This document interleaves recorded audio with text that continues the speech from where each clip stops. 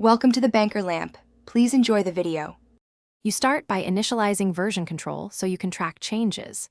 First, make sure Git is installed and you're authenticated to GitHub. Use the GitHub CLI or token for secure access. Then open your project in VS Code and create a minimal. Git ignore plus readme. MD to avoid committing sensitive files. Once done, use the source control panel to initialize the repository with a single click or run gitinir in the integrated terminal. This sets up the local history you will push. Now you prepare your snapshot and connect it to GitHub. Stage the files using the source control UI or run git add in the terminal, and make sure to inspect diffs so you know exactly what you're committing. Then commit with a clear message that explains the change.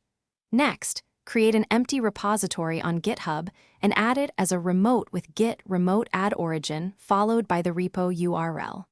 Finally, set the upstream branch to push your local master or main branch. You finish by publishing your local work to GitHub so others can see it. Push using git push u origin main or master. That U flag links your local branch to the remote for future pushes and pulls.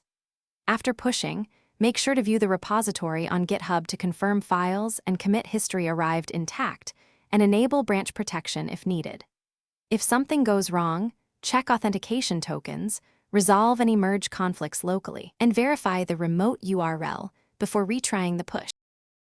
Thanks for watching. If this was helpful, leave a like and consider subscribing. See you next time.